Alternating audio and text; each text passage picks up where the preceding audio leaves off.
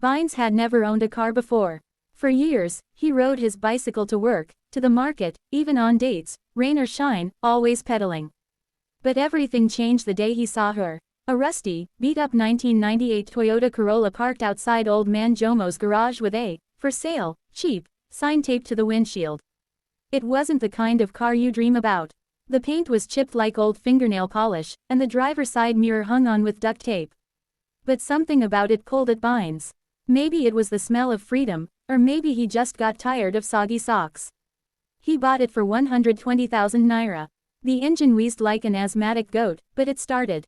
From that day, the whole neighborhood changed how they looked at Binez. "Ah, Oga Binez, you've arrived, oh." His neighbors teased, bumping fists with him like he was now one of the rich men. Everywhere he drove, heads turned, not because the car was flashy, but because it was his. Even his boss, who never remembered names, now said, "Good morning, Mr. Binez," with a nod of respect.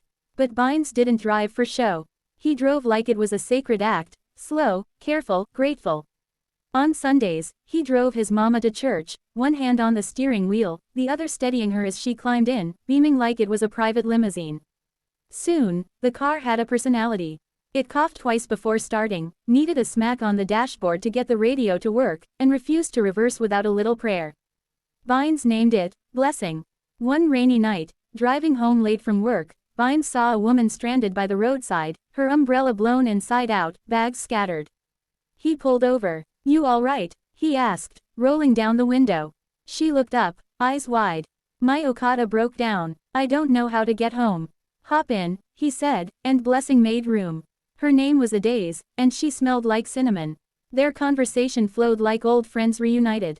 By the time he dropped her off, he had her number and a smile that wouldn't leave for days.